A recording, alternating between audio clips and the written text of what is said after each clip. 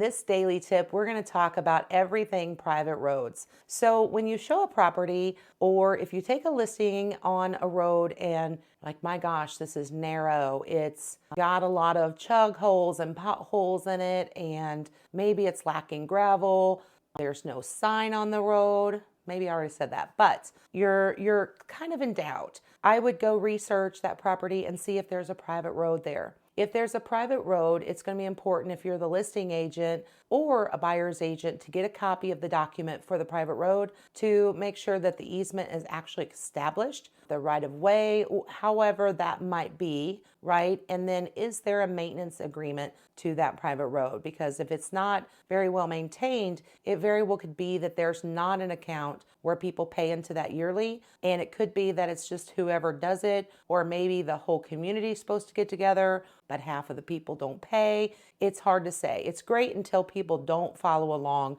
with what the plan is. So I would say definitely look into that. If you're a listing agent and you have those documents, make sure you upload them to the MLS, because it could discourage and dissuade a buyer if the buyer's agent can't get that information readily to get it to the lender. Because the lender, unfortunately, with the government loans, we're finding that they're looking at these private roads to make sure there's a maintenance agreement in place, so that if there is, they're protected, that the buyer's protected, that there's at least something in place for that property. If there's not one in place, it could cause an issue through underwriting or anything of that nature, especially with the government loans. I found that some conventional loans also will not support, depending on the lender, depending on the financial institution, will not close on a private road without a maintenance agreement. So that's important to look at. Okay, so in closing here, just basically know when to start asking questions. If you're looking for that maintenance agreement, that easement, things of that nature,